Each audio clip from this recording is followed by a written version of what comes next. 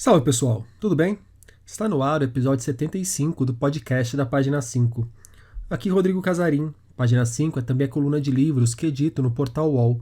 Estou no Instagram como página.5, no Twitter como @rodcasarim, Casarim com S e com N, e agora no Telegram. Só procurar pelo grupo Página 5. Não esqueça de indicar o podcast para os amigos. Dê essa força que ajuda pra caramba. Em 2011, que o escritor Paul Scott pensou no argumento de uma HQ distópica que passa por temas como autoritarismo e militarismo. Colocou a história no papel e a entregou ao quadernista Rafael Sica, responsável por levá-la aos quadrinhos. Uma década depois, temos o resultado do trabalho. Meu Mundo versus Marta, um livro de poucas palavras ambientado numa cidade degradada. Num país em que vigora um pacto feito com a arma, grandes grupos de pessoas se amedrontam diante de nítidas ameaças. Já os momentos de prazer só acontecem em pequenas bolhas frequentadas por alguns poucos privilegiados. Sim, apesar de ter nascido em 2011, é um trabalho que parece feito a quente para refletir o Brasil atual. Cronologicamente, Meu Mundo versus Marta sai na sequência de Marrom e Amarelo, um dos livros mais comentados de nossa literatura recente. Deixarei para vocês o caminho para a coluna na qual escrevi sobre ele na descrição do programa. O argumento, no entanto, foi escrito por Paul Scott perto do lançamento de Habitante Irreal, outro romance importante dentro da obra do autor, e de O Monstro e o Minotauro, que lançou em coautoria com a Laerte. Há papo com a quadrinista no episódio 67 aqui do podcast, aliás. Desta vez, a conversa é com o Paul Scott. Falamos sobre as camadas políticas de sua obra, do tino para levar à arte questões sobre as quais poucos falam, dos caminhos deste Brasil que parece sempre pronto para retroceder, e, claro, sobre Meu Mundo versus Marta e outras HQs. Paul Scott, obrigado por topar esse papo aqui no podcast da Página 5. Paulo, depois do Marrom e Amarelo, um dos livros mais comentados aí da nossa literatura recente, uma HQ, Meu Mundo versus Marta, feita em parceria com o Rafael Sica. É um argumento que você escreveu ali em 2012, com uma distopia, e sai agora ainda como uma distopia, mas parece que uma distopia muito mais próximo do que estamos vivendo do que a gente vivia naquele 2012, quando você escreveu o argumento desse quadrinho. É, por que esse quadrinho sucedendo Marrom e Amarelo? Como que você via essa história quando você escreveu e agora que ela nos chega? Olá, Rodrigo, tudo bem? Obrigado pelo convite. Olá, pessoas que assistem o podcast. Esse argumento do Meu Mundo versus Marta poderia ser Meu Mundo versus Marte. Ele foi concebido lá em 2011, então ele dialoga muito mais com o Habitante Irreal do que com o Marrom e Amarelo, se você colocar uma perspectiva temporal. E eu imagino que tem um pouco do reflexo, sabe, de experiências que eu já vinha praticando naquele período ali. Eu escrevi uma história a convite da editora Leia, de um projeto que foi abortado, mas eles me pagaram tudo direitinho, e depois do prazo passar também me retornaram os direitos sobre o roteiro que eu escrevi, e cheguei também a fazer um roteiro que foi quase completado, que é o Não Me Mande Flores. Não Me Mande Flores é para uma produtora de conteúdo e seria publicado pela Companhia das Letras dentro daquele projeto ali que publicou o livro do Emílio Fraga e o DW. Então, eu estava assim nesse universo de produção, imaginando ilustrações e cenas, uma narrativa mais imagética. Eu tinha lançado o livro com a Laerte, O Monstro e o Minotauro, fazia poucos meses. Então, eu, de alguma forma, encantado com o livro do Rafael Sica, O Ordinário, eu tive a oportunidade de conhecê-lo um pouco melhor, assim, nós nos encontramos em algum momento em Porto Alegre, e eu fiquei com essa coisa na cabeça, e eu queria contar uma história distópica de verdade mesmo, sabe? E eu queria falar de totalitarismo, de militarismo, porque o Não Me Mande Flores, ele é um roteiro, esse que foi ilustrado pelo Eduardo Medeiros, do Sopa de Salsicha, mas que está sem editora, e nós vamos dar um jeito de publicá-lo, de viabilizá-lo ano que vem. A gente precisa só de tempo para sentar e ver o que vai fazer. Ele já tratava muito do período militar, né? Da ditadura militar no Brasil. Então, eu vinha já refletindo há um tempo sobre o quanto no Brasil a gente não tinha acertado essa questão que é muito presente no imaginário do brasileiro, de que a repressão, a violência, ela é normal. E dentro daquela tese que eu sempre sustentei, desde o tempo do meu mestrado, da vida acadêmica, de que no Brasil, mesmo após o advento da Constituição de 88, não se tem uma democracia, me pareceu oportuno exercitar dentro dessa perspectiva distópica e da linguagem de história em quadrinhos, sabe? Uma coisa assim, sabe? De tudo ou nada, sabe? Apocalíptica, dessa coisa das pessoas não entenderem o que está acontecendo em volta de si a partir da presença de um elemento externo. Eu até coloquei uma vez um texto na internet que falava que se chegasse um elemento estranho entre nós seríamos todos indígenas. E, enfim, é um combinado de coisas, sabe, que se realizaram naquele momento ali. E eu imaginei os desenhos do Rafael Sica e escrevi em 24 horas, depois levei uns 7 dias revisando, e mandei para ele, e ele topou fazer, e é isso, né? Já se vão 9 anos e alguns meses nessa brincadeira. Você tocou aí num ponto na sua resposta que eu acho fundamental, essa ausência de democracia desde a reabertura, desde a Constituição de 88. Você pode falar um pouco sobre isso, Paulo? Por que você encara dessa forma? Olha, eu acompanhei muito de perto esse processo, porque eu começo a militar politicamente. Eu era um anarquista, né? Eu era um estudante secundarista do ensino médio anarquista. Aí na faculdade, isso foi exatamente em 84 ali, eu comecei a me envolver com a militância estudantil de uma forma mais orgânica e eu olhava todo aquele espectro, né, de partidos que dominavam os grupos acadêmicos, PDT, PCdoB, PCB, PMDB, PT, enfim, e aquilo tudo me parecia muito distante, sabe? Mas com o passar do tempo eu acabei me aproximando do Partido dos Trabalhadores e acabei sendo uma liderança nacional. Fui presidente do DCE, muito vinculado ao Partido dos Trabalhadores, depois já afiliado.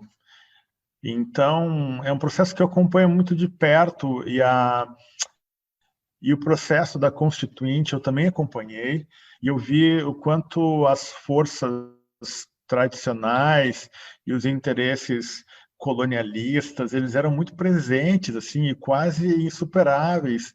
Teve que acontecer um esforço muito extremo, né, do Ulisses Guimarães, de algumas pessoas, para viabilizar essa Constituição da forma que ela aconteceu, tanto que tem esse contexto paradoxal que o Partido dos Trabalhadores, que era o partido que denunciava a Constituição, após essa promulgação, passa a defendê-la. E os partidos, né, do comando da Constituinte passam a atacá-la. Tanto que várias lideranças diziam na época, ali em 88, já no mês de novembro, que a Constituição ela não tinha aplicabilidade. Então, todo esse cenário, todo esse envolvimento, ele, de alguma forma, ele acaba contaminando esse ímpeto narrativo que eu tenho, que é contaminado por uma leitura política que eu sempre tive, por um engajamento que eu sempre tive. E mesmo na academia, depois como advogado, né, eu fui pela OAB, eu fui conselheiro de Direitos Humanos de Porto Alegre. Então, tem uma coisa que quando eu falo, Rodrigo, que eu não tenho uma escrita engajada, e longe de mim isso, né? A minha coisa é contar boas histórias, claro. Né? Eu não tenho um modo simples de escrever, né? Eu coloco muitas camadas, tanto que a coisa que eu mais escutei a partir do ano passado, que é uma coisa que eu tinha escutado muito no Habitante, e voltei a escutar a partir sei lá, Rodrigo, do último trimestre do ano passado, e esse ano muitas vezes já se falou isso, que o Marrom e Amarelo, como aconteceu com o Habitante, ele é um livro que precisa de mediação, né, de mediações. Ele não é e não é uma leitura que você entra nela e se conecta e se sensibiliza e o coração fica aquecido, entende? Não é esse tipo de literatura que eu faço, nunca fiz. Então, nesse sentido, eu te diria que eu erro, eu acho, sabe? Eu não tenho o sucesso que eu gostaria de ter, na verdade, com esse compromisso de contar apenas boas histórias. Mas, então, eu acabo, na seleção do que é relevante, integrar a narrativa, eu acabo contaminado, né, por esse Paulo Scott, digamos, engajado. Eu não sei se eu concordo muito contigo nessa sua avaliação da sua obra, porque me parece que você pega o Marrom Amarelo e o Habitante Real, são dois livros dos quais a gente pode tirar camadas que, a partir do livro, nós produzirmos uma leitura engajada do livro, mas não quer dizer que seja um livro abertamente engajado ou puramente engajado. Me parece que, às vezes, quando as pessoas falam de encontrar pontos da onde a gente pode tirar um elo de engajamento da obra, parece que havia uma confusão do que seria uma obra panfletária ou militante. Eu acho que Sim, eu vejo muita essa confusão por aí também. sim, verdade. Mas tanto, aí você falou do Meu Mundo versus Marta, você situou ele junto com o Habitante Real. E é uma camada que o Habitante Real tem de ter anunciado, ter constatado, de repente, eu não gostaria de usar a palavra profetizado, mas para muita gente ali poderia ser um profetizado, o beco sem saída, os rumos sem rumo que a nossa esquerda se meteu. Então ali você já Sim, estava enxergando alguma coisa dentro do nosso processo político que pouca gente estava, ou pouca gente estava falando sobre isso, ficcionalizando em cima disso, escrevendo artigos sobre isso, seja lá o que for a forma de manifestação.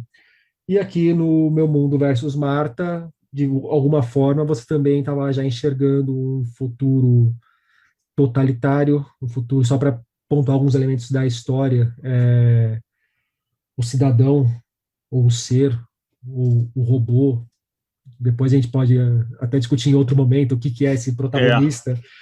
Ele trabalha sim. num lugar bastante estranho e tatuando corpos com a inscrição do ano do pacto entre a arma e o mundo. Então é um mundo subordinado por esse pacto com a arma. É uma coisa Ele é que, arma, né? sim, e é um mundo muito assustador em que quando ele está na rua, você vê assim os grupos vagando atrás dele, você vê uma desolação muito grande, uma O degradação medo, muito né, Rodrigo? grande, um medo e um medo de abordá-lo pela arma que ele é, mas uma miséria muito grande, gerada pela situação daquele mundo. E me parece muito hoje, quando você anda pelo centro de São Paulo, pelo centro do Rio de Janeiro, tem uma camada muito forte disso, infelizmente.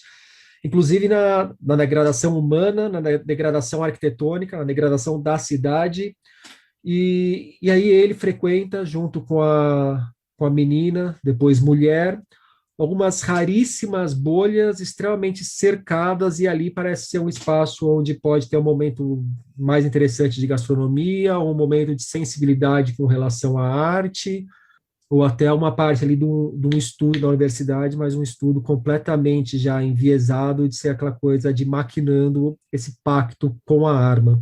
Falei pra caramba, mas um ponto como você vê essa sua, de repente, a sua sensibilidade, como que você se sente produzindo alguma coisa ali em 2011, 2012 e vendo o caminho que a realidade toma. Essa questão das bolhas, ela é perfeita porque a gente vive num país miserável, no sentido de termos uma elite preguiçosa, traidora, egoísta, sem empatia. Isso historicamente sempre foi assim. Fica só alternando o nome das famílias, os donos de banco, os grandes donos de terra, mas, de certa forma, o itinerário é o mesmo. E eu já trabalho com essa questão há muito tempo, de que a gente tem lugar de respiro, que pode ser a nossa família estruturada, pode ser os nossos amigos, pode ser o espaço cultural que nós inventamos e adulamos, e que nos torna diferente. Isso, de certa forma, está colocado em algum momento do marrom e amarelo. E lá fora está isso, né, do Brasil ser um país destinado a ser uma superpotência, isso que é absurdo, tendo que contemplar essa miséria e essa condenação da, do seu povo, da sua população, de uma maneira que você não encontra, se analisar mais comparativamente, nos países da América Latina, sabe? Porque é uma chance que em algum momento se tentou nos outros países da América Latina, aqui nunca se tentou essa chance para a população.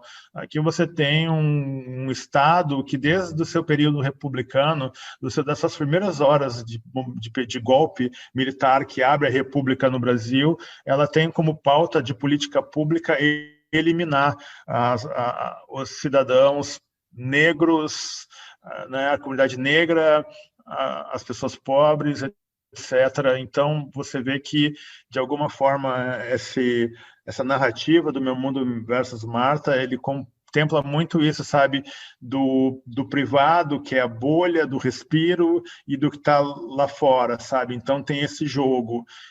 Mas o tempo todo, no convívio desse ser, que na minha cabeça eu acho que ele é uma coisa externa do planeta, tá? Mas isso não está muito claro, assim. Ele pode ter vindo desse planeta, mas ele não é humano, sabe? Ele é uma ameaça. Esse convívio com a biorrobô é um processo cíclico, né? Que começa e termina todos os dias, né? Que ele convive com essas biorrobôs, né? Que chegam para ele todos os dias, que é uma forma de convencimento, sabe? De buscar uma humanidade que a humanidade perdeu e que ele desconhece, né? Já que, sendo arma, sua funcionalidade é de arma, é de destruição, né? E o que impede ele de destruir o planeta para sempre, entende? Então tem todo esse jogo, assim, que na linha mais hermética da narrativa não fica colocada, mas também deixa as pessoas construírem o que achar que é possível da sua leitura.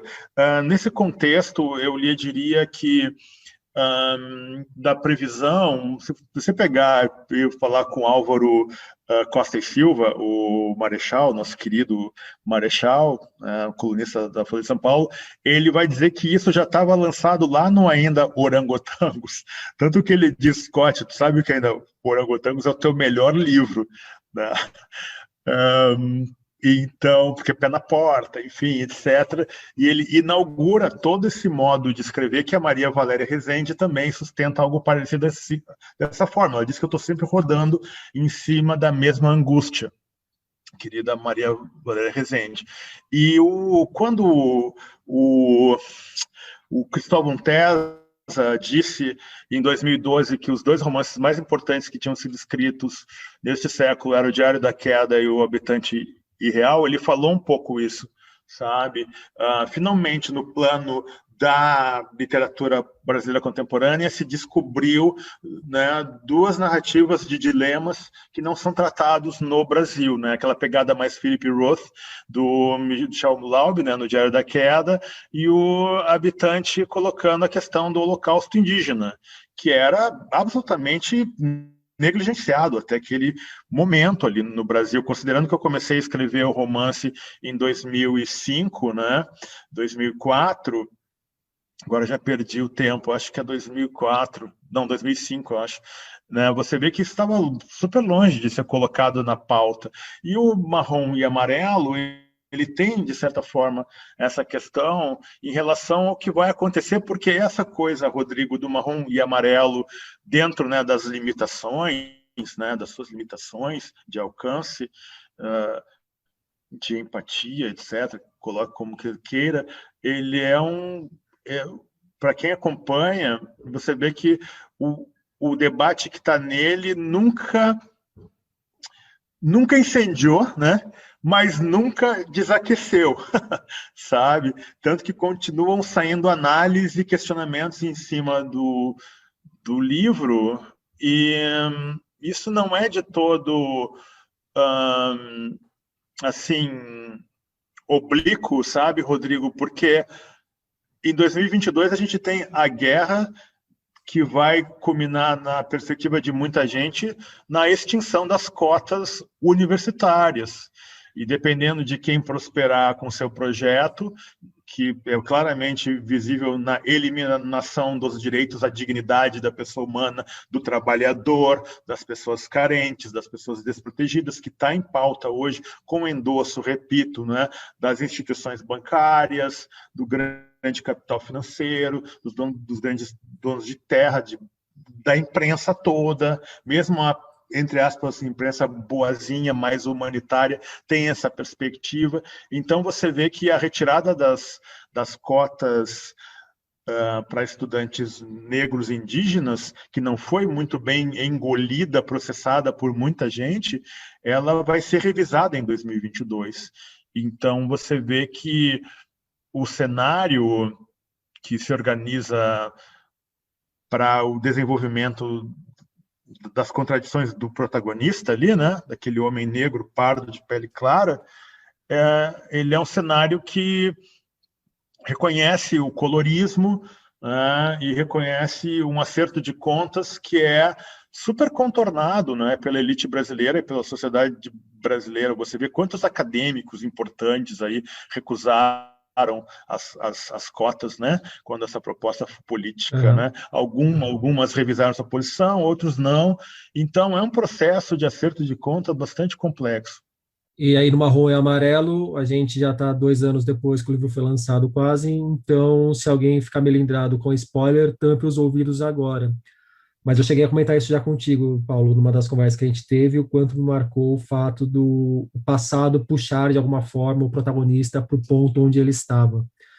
Existe uma movimentação, existe um avanço, mas o passado, como se fosse um elástico super resistente, você leva até um extremo e esse elástico te traz de volta. E você tem que, de repente, ficar puxando esse elástico até que ele fique mais frouxo e você consiga, de fato, avançar em alguma pauta. O Marrom Amarelo tem e esse uma ponto coisa de que você Brasil que volta para trás, né? Então, isso foi o que você percebeu e que até hoje, quase 2 anos depois, muita gente que gosta do livro não percebeu, entende? Que a questão central do livro, e você colocou isso na sua análise, é aquele dia 10 de agosto de 84, entende? E para quem viveu uma infância não tão comum a muitos dos autores, muita gente ligada à literatura, eu acho que nem consegue imaginar o como certas criações, como certos passados nunca te desgarram completamente, né? Você sempre vai ter um pé ali que em algum momento você vai voltar aquilo, em algum momento, nem que seja no seu íntimo, aquilo vai refletir de alguma forma, me parece. Esse impacto que o livro teve, sabe, entre juristas, entre economistas, né, historiadores, mostra bem isso, né? Você vê muitas manifestações de pessoas com mais idade e que percebem essa cilada, né, que é o nosso país, né? Paulo, ali naquela minha análise do Marrom e Amarelo, eu apontei o livro como uma obra, um romance que a gente sai com muito mais perguntas na cabeça do que com respostas prontas. Porque, como é um traço da sua literatura, mostra muito das contradições e dos momentos que a gente nem sempre a gente vai ter uma resposta clara e lapidar para algum ponto, mas isso não quer dizer que isso não vale a pena ser discutido, que esse ponto não precise ser discutido, que de repente a gente não tenha que caminhar com isso, mesmo com as contradições, mas procurando os caminhos mais humanos, democráticos, ou seja lá o que for. Quais são as grandes perguntas hoje que a gente deveria estar se fazendo e a gente não está se fazendo, Paulo? Em A gente, eu relação digo ao. sociedade, tá? O Brasil. Se você quiser Em puxar do marrom e relação. amarelo, tudo bem, mas quiser extrapolar, a palavra é Não, sua. então, bom, eu acho que eu tenho compromisso de extrapolar, Rodrigo, porque a questão do racismo e da incapacidade de admissão do racismo brasileiro e da sua perversidade, né, da sua máquina tecnológica que não existe em lugar nenhum do mundo, porque você vê o quanto a comunidade negra, boa parcela dela, mesmo com todas essas novidades dos últimos 10 anos que demandam, que surgem a partir, enfim, de um debate público que se realiza na internet, de uma análise mais aprofundada que vem do acesso das pessoas negras às universidades, aos espaços de pensamento, de produção teórica, etc., você vê que esse racismo perverso estrutural brasileiro ele está incrustado numa realidade colonial bastante exitosa, que continua tratando o nosso país com alguns lapsos, entendeu? De respiro, de ambição, de afirmação da soberania, em algum momento ali com Getúlio Vargas, né? Algum momento com Juscelino, algum rápido momento com Juscelino, em algum momento no governo do Luiz Inácio Lula da Silva, mas que o projeto geral é o projeto de condução de uma colônia a que adere uma elite vendida, uma elite perversa. É uma elite que acaba servindo de capataz da colônia. Perfeito, que é a capataz dos interesses estrangeiros sobre esse país que não pode prosperar pelo tamanho, pela riqueza, pela ameaça que é dentro do quintal, por exemplo, norte-americano, que é a América Latina, que agora nesse embate com a China, porque a grande questão do futuro que você me pergunta, mas depois eu retorno, é justamente o futuro é Estados Unidos versus Rússia e China. Esse é o mundo agora, nesse minuto. E o resto é tudo reflexo. Nesse contexto, você tem umas forças armadas que se acham donas do país, sempre se acharam, né? Umas forças armadas que se acham as salvadoras do país, da dignidade do país, que nas suas análises dizem que a elite brasileira não presta, porque essa leitura que as Forças Armadas fazem da nossa elite, e que quem pode salvar o Brasil são eles. Só que eles, desconectados da realidade como são, né? Como é a maioria da parcela da nossa academia, das nossas universidades, da nossa intelectualidade, completamente desconectada da realidade também, né? A propósito, quem conhece a realidade, meu caro, é a favela, é a periferia, é o agrobusiness. Eles conhecem bem o país que eles querem, que eles estão levando. É quem participa da violência, o policial que morre sem compreender que ele está sendo objeto, sabe, de uma lavagem, né, de uma construção ideológica que não faz ele entender que ele está uma perspectiva totalmente patrimonialista ali, em função, né, de uma ótica patrimonialista. E é isso. Eu acho que já nos primeiros atos do governo Temer, daquela carta para o futuro, ali ficou bem claro para quem sabe ler que o Temer estava dizendo é: olha mundo, olha Estados Unidos, olha interesses estrangeiros, o Brasil vai voltar a ser uma colônia, e conte comigo, e conte com a minha elite, né? E agora, com toda essa questão dos Estados Unidos voltar a dominar a América Latina, porque tem essa ameaça real da China e da Rússia, com apoio total, porque é canal direto, né, das Forças Armadas em relação ao que é determinado no Pentágono, em West Point, porque sempre foi assim, né? É muito simbólico a gente ter tido um presidente da República que escreve uma carta para o futuro e é o presidente com o hábito de iniciar as cartas escrevendo em latim, né? Mostra bem esse futuro que é o passado. Não. Não tem nem como qualificar o Temer, né? E descuidados, arrogantes, nada inteligentes, despreparados, foram as pessoas, né, que botaram ele dentro do governo e que chamaram, inclusive, ele para ser articulador político de um governo, né, que não precisava dele. Quer dizer, ou eu não consigo enxergar o que estava por trás daquilo ali. Mas então você vê que estava tudo construído de certa forma. Quando eu saio do Rio de Janeiro em 2015, por tudo que eu já falava publicamente em 2015, e venho para Santa Catarina, porque eu vi que, sabe, aquele ciclo tinha se fechado, eu escrevi sobre isso, eu falei sobre isso em vários lugares, e eu mudei de cidade, então não tem nem que questionar essa questão, eu não tenho nem que provar nada, entende? Todo o meu movimento foi nesse, claramente, né? É porque tinha se fechado um ciclo mesmo, porque eu disse isso. Eu disse em 2015, o governo Dilma não vai chegar ao fim. Eu falei isso em 2015. Tá? E dito e feito. Pergunta da Sandra Martins, uma ouvinte aqui do podcast. Como que você vê Marrom e Amarelo se tornando uma referência contemporânea sobre o racismo, junto com o Torto Arado e o Avesso da Pele? Deixo essa pergunta contigo, que é da Sandra, e coloco uma a mais. Você é um grande observador, um grande leitor da nossa literatura contemporânea e um grande observador do nosso mercado editorial. O quanto a questão do racismo virou mesmo uma tendência recente e o quanto ela está mais aparente hoje na nossa literatura porque se tornou de interesse de algumas grandes editoras. Bom, quanto à primeira pergunta, certo? Eu não posso analisar isso em relação ao meu trabalho, eu deixo isso para as leitoras e para os leitores.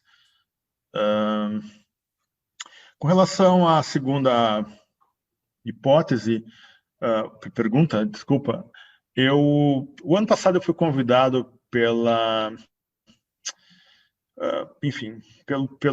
Academia Brasileira de Letras para falar sobre a literatura brasileira hoje, agora.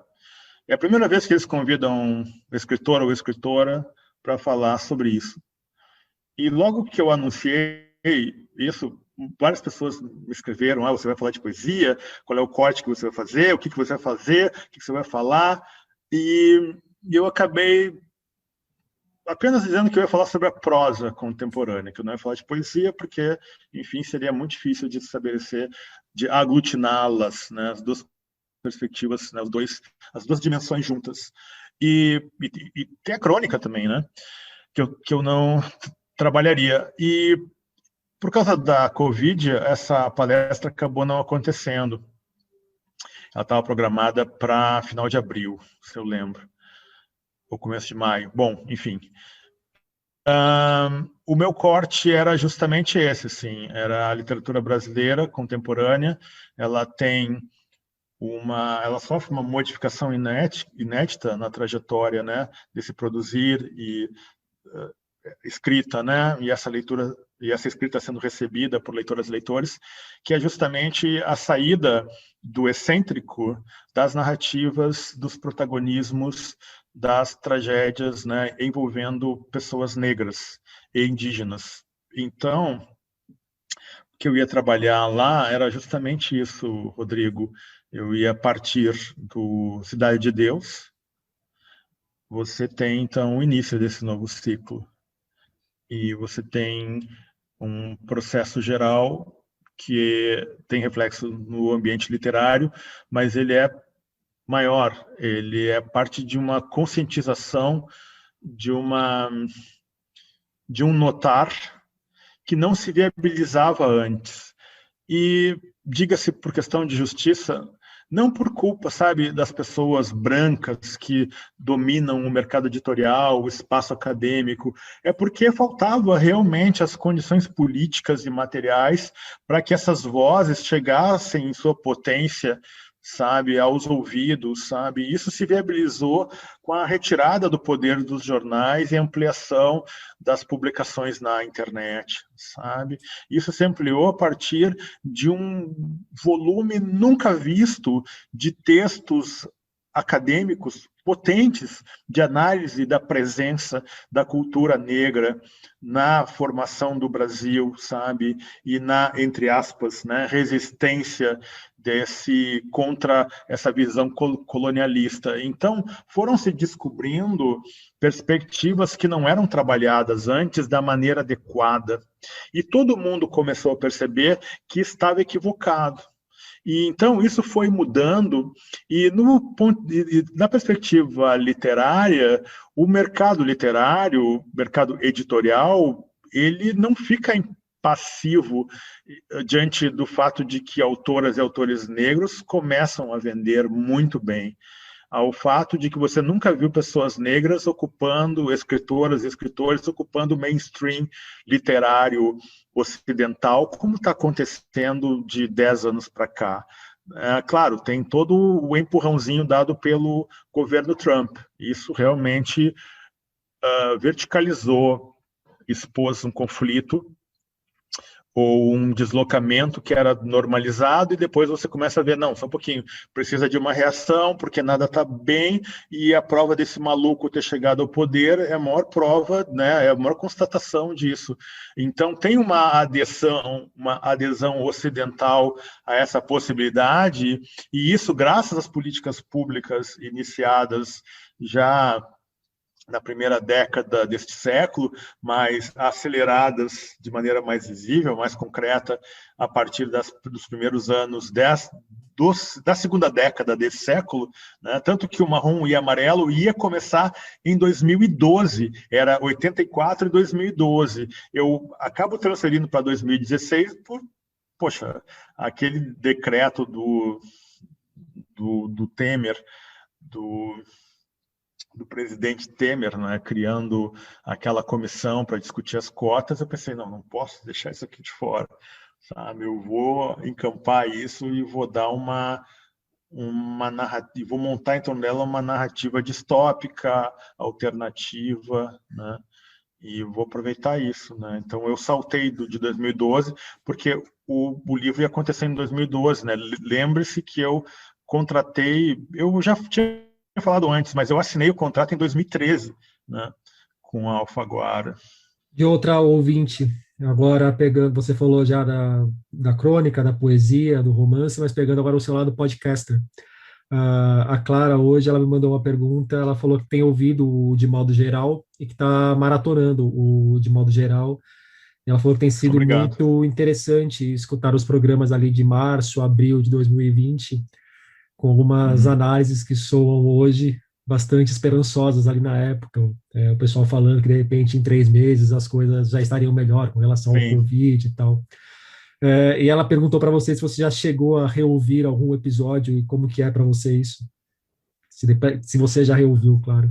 Não, minha cara, eu não ouvi, porque eu edito e eu não tenho nem como terceirizar isso, porque como escritor tem uma narrativa que eu estou montando ali. Eu corto muito pouca coisa, mas corto algumas divagações que acontecem, algumas repetições que acontecem, né, do nosso grupo mais fixo, e corto algumas coisas assim que se perdem um pouco na fala de alguém, mas eu já fico muito envolvido, né, quando eu estou editando, e essa coisa de editar, quanto mais você vai ganhando experiência, mais tempo você vai perdendo, sabe? É incrível isso, porque você vai tendo mais noção do resultado.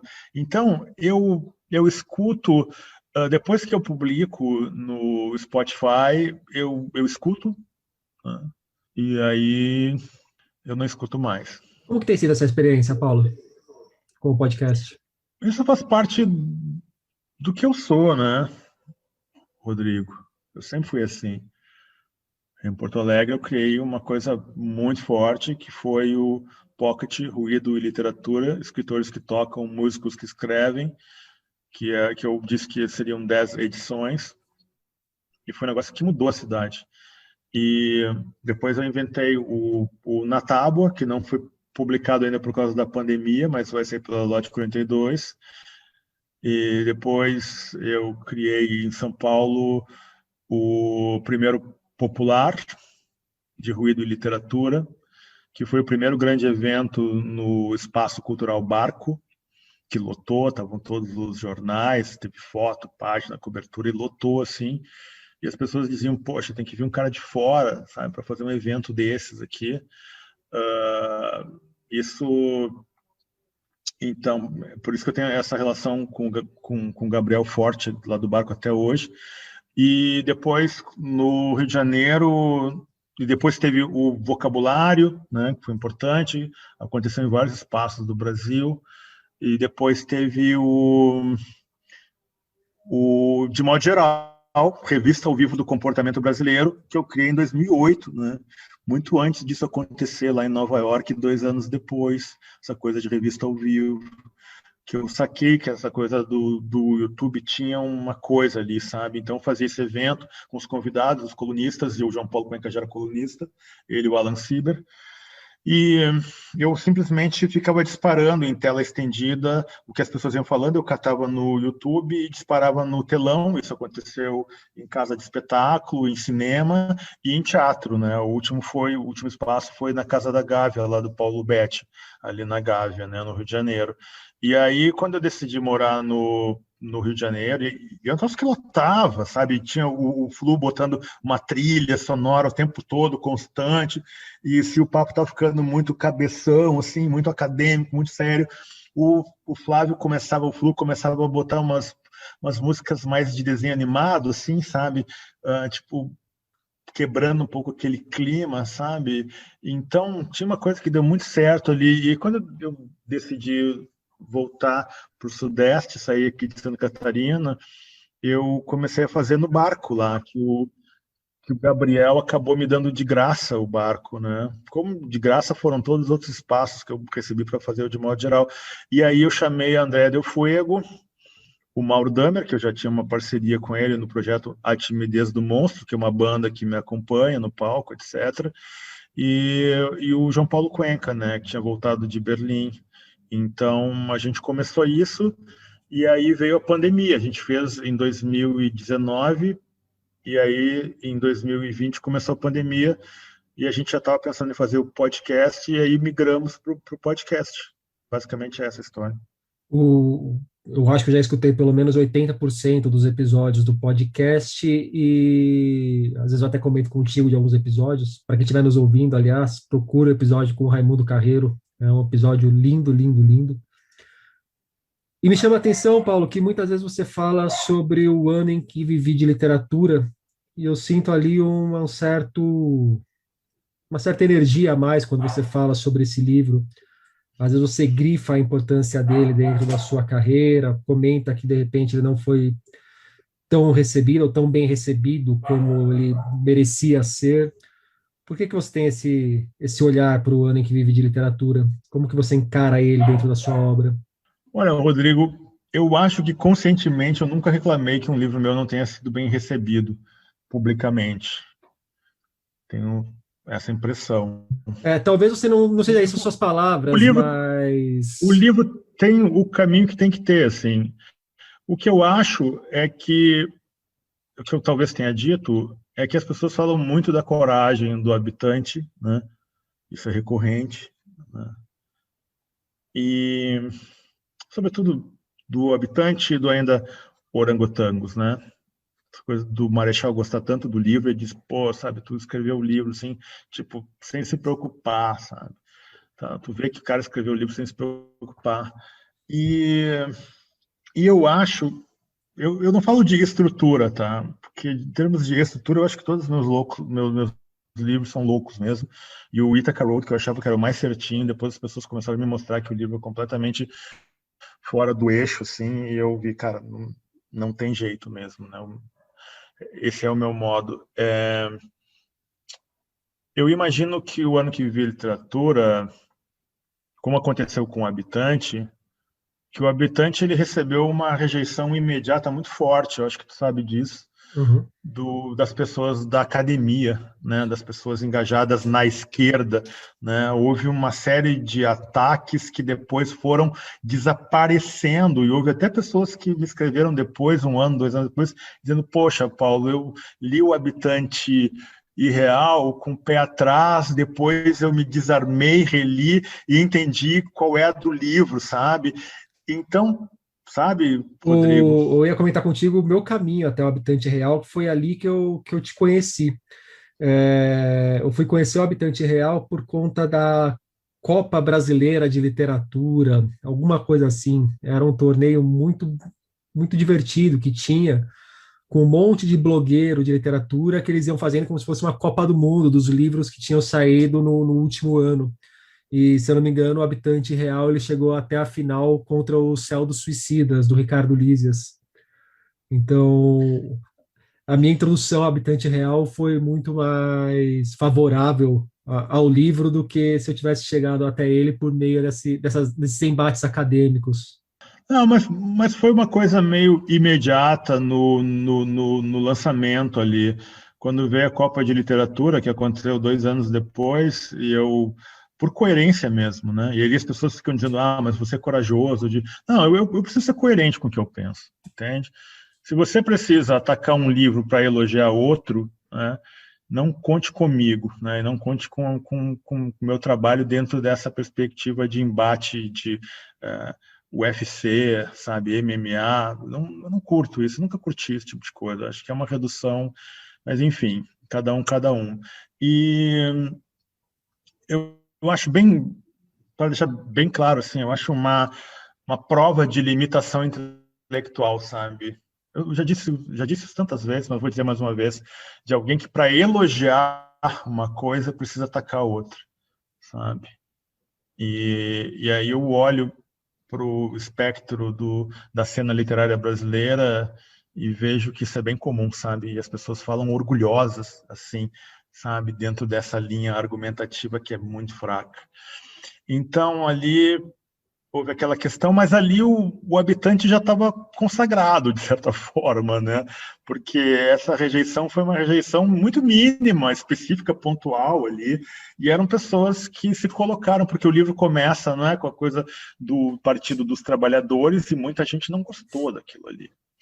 E mas depois foi sendo assimilado, porque a Copa de Literatura veio 2 anos depois, né? E ali o lugar do Habitante já estava, digamos, entre aspas, assegurado, né? Porque nada nunca está assegurado. E isso que é a parte boa da coisa. Tudo muda, né?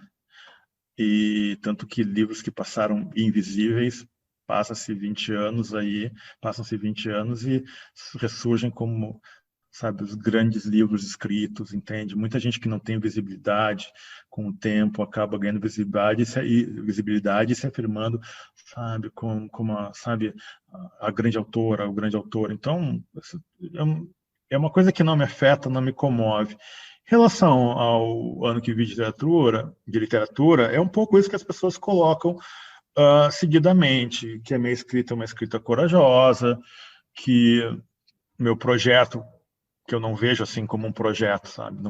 Não é assim que eu encaro, né? Tem essa peculiaridade. E aí eu respondo, eu digo: olha, eu acho sabe, que o livro que monta um espelho, sabe, do quão frágil, precária é a cena literária brasileira, suas vaidades, que fazem parte de qualquer cenário, né? Mas o fato dela se estender dentro de uma realidade quase paralela, porque vivemos num país onde as pessoas não têm direito à literatura, não é, como disse o Antônio Cândido, e não têm acesso à literatura e não compreendem a literatura, tanto que o gosto médio da leitora e leitor brasileiro ainda é por aquele livro, né, que te conforta, né, que te confirma, sabe, que aquece o seu coração, redentora, bom mocismo, sabe? Que faz parte, enfim, do nosso jeito de ler as coisas. Então, eu acho, como alguém falou, né? Poxa, o ano que vem de literatura é quase suicida, né? Porque ele faz uma perspectiva satírica, pegando a partir do homem branco, né? De classe média, acadêmico, né? Bem-sucedido, com sorte, né? Uma crítica bastante dura de aceitar, né? Tanto que eu vi que não amigas, mas amigos meus, né, que não gostaram do livro, disseram: poxa, tu é um cara tão importante, tem uma história tão legal, tu largou a faculdade, uma vida confortável de advogado, foi morar no Rio de Janeiro, sabe, sem nada certo, tu fez uma opção de vida que pouquíssimas pessoas fizeram, sabe, tu larga o conforto, né, de uma carreira profissional, sabe, de um cargo público, né, que tem um conforto isso de ter um cargo público lá que você, né, pode pegar o seu casaco, deixar na cadeira lá, abrir o computador e escrever o seu livro no pleno expediente, como muito servidor público faz, entende? E, pô, e a história de grandes obras no Brasil passa por essa opção. E tudo bem, entende? Os caras tinham que viabilizar, vamos pegar a carreira pública porque tem que se viabilizar. E, poxa, ainda bem que tiveram essa sacada. Mas, então, você faz tudo isso, né, de largar a advocacia, e aí você lança um livro dessa forma, né? Tirando sarro geral, tirando, sabe, um escracho geral com todo mundo, com a masculinidade, com as editoras, com os jurados, com os prêmios, com os festivais, com a imprensa, com os editores banqueiros, né? Porque no Brasil as grandes editoras são de bancos, né? Aham. Então, como é que se pode fazer um livro assim, fazendo Terra Arrasada? Então, eu acho assim, eu digo, olha, muito obrigado sobre a sua opinião sobre o habitante irreal, sobre ainda o orangotango, sobre o marrom e amarelo, né, que de certa forma é uma exposição diante das pessoas engajadas, né, que acham que tem uma solução, e eu posso garantir que a solução não é simples, não é clara em relação ao racismo. E eu digo assim, poxa, mas tem um livro que é O Ano que Vi de Literatura. Mas eu nunca reclamo, Rodrigo, publicamente, dizendo, eu, sabe, acho que... Talvez a maneira que eu coloquei seja o que eu pesco na entrelinha, mas assim, eu percebo. Não sei se é um tesão, Cada uma livro tem paixão a sua diferente, mas assim, trajetória. é um livro que você traz com frequência e me chama a atenção, por isso que eu queria ter ouvido isso aí que você acabou de falar sobre o ano, para entender um pouco melhor essa sua relação com essa trajetória do livro e com o próprio livro. Eu acho que ficou bem explicado. Porque você não tem controle sobre as coisas, entende? Esse processo já está muito claro há muito tempo, assim, você não controla a repercussão do seu livro. E, claro, você tem noção do que você pode atingir com o modo como você escreve. Mas eu tenho esse modo de escrever que não é um modo... Enfim, é complicado ficar falando do meu trabalho, né? São as pessoas que me leem que têm que falar dele, né? São as pessoas que me leem e me julgam. Então, para a gente fechar e voltando ao começo, o que você tem lido de legal de quadrinhos? Meu caro, eu acho que é porque quadrinhos ficou muito caro para o meu orçamento. Preciso confessar, eu tenho uma senhora coleção de graphic novel, mas depois que eu, por questões orçamentárias, eu não tenho acompanhado mais tanto as graphic novels mais legais assim dos últimos tempos, mas eu acompanho bastante o que é produzido aqui no Brasil. Eu acompanho, eu compro, né? E acho que o Marcelo Dessalete, pô, tem tanta gente boa que é até injusto eu colocar nesses termos, entende? Tem o Quintanilha, tem as meninas, tem, poxa, tem essa menina que lançou agora pela Companhia das Letras, que é incrível, agora está escapando o nome dela. Fora do Brasil tem a Power Paola, que é incrível. Tem muita gente legal na China, na Europa, em Portugal. Então, eu imagino que exista... Eu acho que tem muita coisa legal, tem a Monique Malcher também, tem muita gente bacana fazendo coisa legal. E, evidentemente, que eu não posso deixar de reconhecer a, a assinatura incrível, né, do Rafael Sica, né? Quer dar uma pincelada de como funcionou esse diálogo entre você e o Rafael para chegar no resultado do Meu Mundo versus Marta? Olha, eu entreguei para ele o argumento e ele fez o que ele quis do argumento, tá? Acabou, não teve.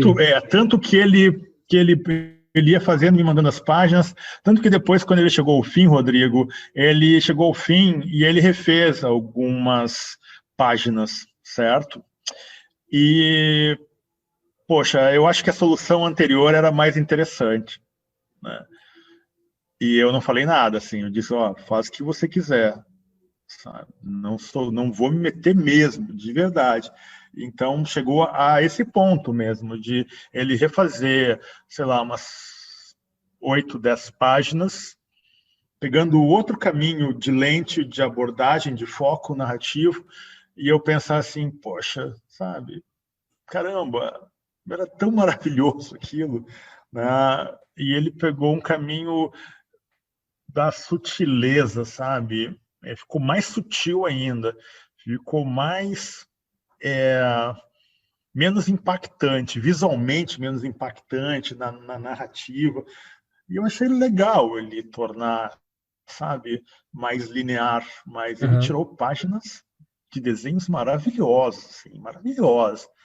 Sabe? Tem 2 páginas assim que eu não vou descrever aqui porque não vale mais a pena, é passado, que eram obras-primas, obras, sabe? E ele simplesmente substituiu por uma outra coisa. Paulo Scott, muito obrigado pelo papo. Obrigado, meu caro.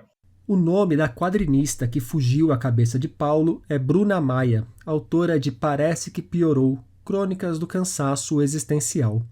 Meu Mundo versus Marta, de Paulo Scott e Rafael Sica, chega aos leitores pela Quadrinhos na CIA. Entre os dias 19 e 23 de abril, ao longo da semana que vem, caso você esteja ouvindo este episódio assim que ele foi publicado, vai rolar o Rio que Lê. A ideia do evento é dar uma força para o desenvolvimento do pessoal da educação, especialmente aqueles ligados à formação e divulgação da leitura. A programação contará com 15 encontros com nomes como Ana Maria Machado e Ana Cláudia Ramos, e oficinas com profissionais como a comunicadora Tatiane Leite, do canal Valer um Livro, e a escritora Cidinha da Silva, que esteve por aqui no episódio 68. As conversas rolarão das 14 horas às 15h30, enquanto as oficinas irão das 16 horas às 18 horas. Todo o evento é na faixa e será transmitido pela página do Facebook da editora Oficina Raquel, organizadora do Rio que Lê. O encontro também tem apoio do Educativo da Flip e patrocínio da Lei Aldir Blanc.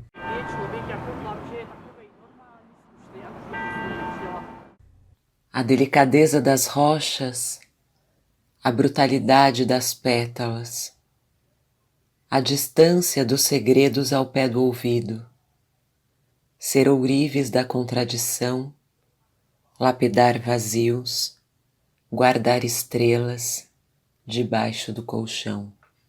Você acabou de ouvir a poeta Tatiana Fraga recitando um dos poemas de Essa Palavra Sem Coração, livro que acaba de sair pela Demônio Negro.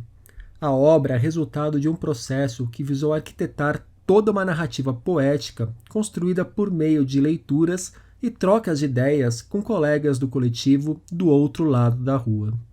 Segundo Natália Barros, que escreve a apresentação da obra, a poeta nos ensina que nesses dias turvos, apesar disso e por isso mesmo, sobreviveremos brincando, mas que para isso precisaremos saber afiar a faca, ninar o cesto, pois, como ela diz, o pulso é o mesmo.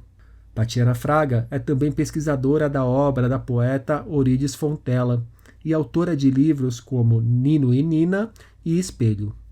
Ouça a poeta recitando mais um dos poemas de Essa Palavra Sem Coração. Carta aos sobreviventes. Sobrevive-se às distopias. Sobrevive-se às tragédias planejadas, às leis do desespero. Sobrevive-se.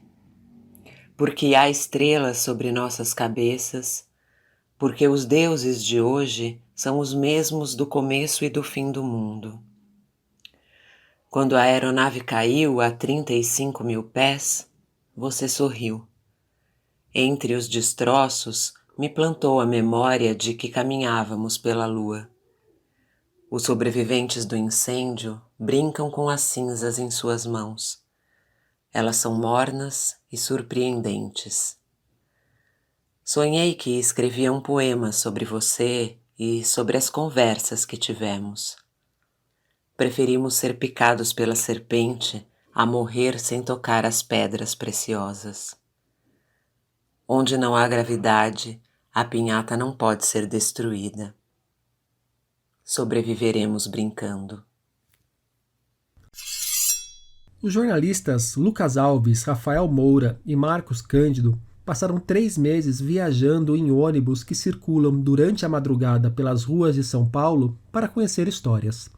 Um motorista que largou a faculdade para dirigir ônibus, a prostituta que se queixa da crise econômica, um chapeiro que, para se livrar da homofobia dos colegas, sonha em viajar para o Canadá, o segurança que se orgulha de ter trabalhado num jogo da Copa do Mundo aqui no Brasil. Esses são alguns dos personagens que habitam as crônicas de Noturno. O livro nasceu das andanças durante a madrugada e acabou adaptado para o formato virtual. Ganhou ilustrações de Maria Júlia Tullia e passou a ser publicado no Instagram. Noturno, ele é um livro de crônicas sobre pessoas que pegam um ônibus da madrugada em São Paulo. Eu sei, a ideia era meio maluca e assim ela foi sendo feita ao longo de alguns meses, em que eu, o repórter Lucas Alves e o Rafael Moura, também jornalista, a gente embarcou nos ônibus que circulam aqui em São Paulo da meia-noite às 4 da manhã. São 150 linhas em todas as zonas. Tem linha que corta a cidade inteira, tem linha mais breve. E a gente foi conhecer os personagens dessa noite muito improvável de São Paulo. Então tem lá as pessoas que vão pra balada, as pessoas que estão indo trabalhar, as pessoas que estão voltando do trabalho, os motoristas, os cobradores, as histórias dos cobradores, as histórias dos motoristas e dos passageiros especialmente. Também de situações engraçadas, outras situações trágicas, outras situações de violência. E a gente adaptou todo esse livro para o Instagram. E feito pela outra autora do projeto, a Tullia, que ela fez as ilustrações baseadas em cima das histórias. Atingimos a marca aí de 1.000 leitores, que era um dos nossos objetivos, já que a gente queria driblar a burocracia tanto do papel quanto das editoras. E acho que tem funcionado e a resposta é muito incrível e é um projeto inspirado na Biblioteca de Nova York, que adaptou algumas obras para o Instagram. E a gente trouxe essa novidade e a gente conseguiu contar a história de um jeito que a gente sempre quis e alcançar as pessoas de um jeito fácil, onde elas já estão, do jeito que também a gente sempre quis. Um abraço, Rodrigo. Vocês acabaram de ouvir o Marcos Cândido falando sobre a iniciativa. Quem quiser conhecer e acompanhar o Instagram ou o Instalivro do Noturno, só procurar por @crônicasnoturno, tudo junto, claro. Deixarei a arroba na descrição do programa para vocês. E nesses dias, na página 5, nós tivemos Soco Violento e Bife no Olho, a coleção de fofocas sobre Gabriel Garcia Marques. E uma nova categoria de filme, Ricaço sendo feito de trouxa. Por hoje é isso aí, pessoal. Indiquem o podcast para os amigos e para os inimigos. Um abraço, um beijo, um aperto de mão e até a semana que vem.